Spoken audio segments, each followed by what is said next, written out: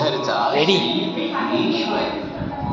ओम गम गणपतये नमः. श्री क्षेत्र विघ्नेश्वराची कथा. पुराणानुसार एकदा अभिनंदन नावाच्या राजाने इंद्रपद मिळवण्यासाठी यज्ञ केला.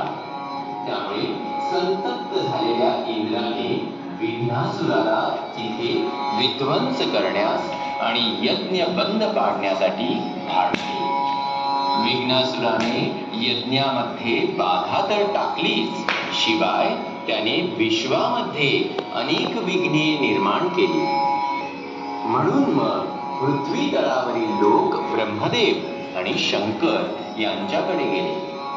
त्या दोघांनी त्यांना गणपतीकडे मदतीची याचना करण्यास सांगितले.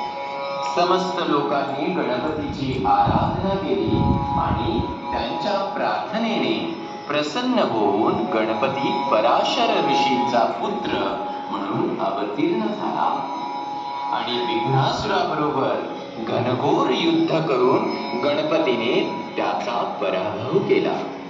त्यामुळे लोक अतिशय आनंदित झाले आणि त्यांनी येथे विघ्नेश्वराची स्थापना केली.